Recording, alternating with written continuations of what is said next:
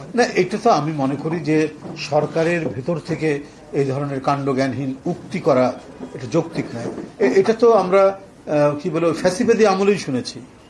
যখন আন্দোলন তীব্র হয় বা কিছু হয় তখন তারা ওইটাই বলতো যে ১/১১ আমরা পাচ্ছি, পদধ্বনি পাচ্ছি।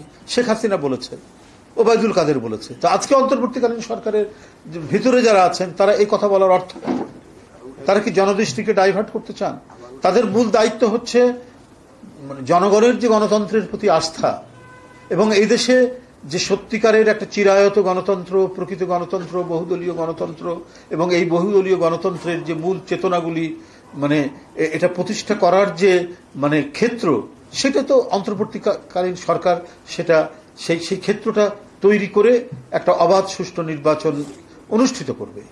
তো সেই কথাগুলো না বলে এই ধরনের কথাগুলো তো জনদৃষ্টিকে ভিন্ন খাতে নিয়ে গিয়ে অন্য কোনো উদ্দেশ্য হাসিল করা, এটা দায়িত্বশীল কোনো বক্তব্য হতে পারে না কোনো উপদেষ্টা।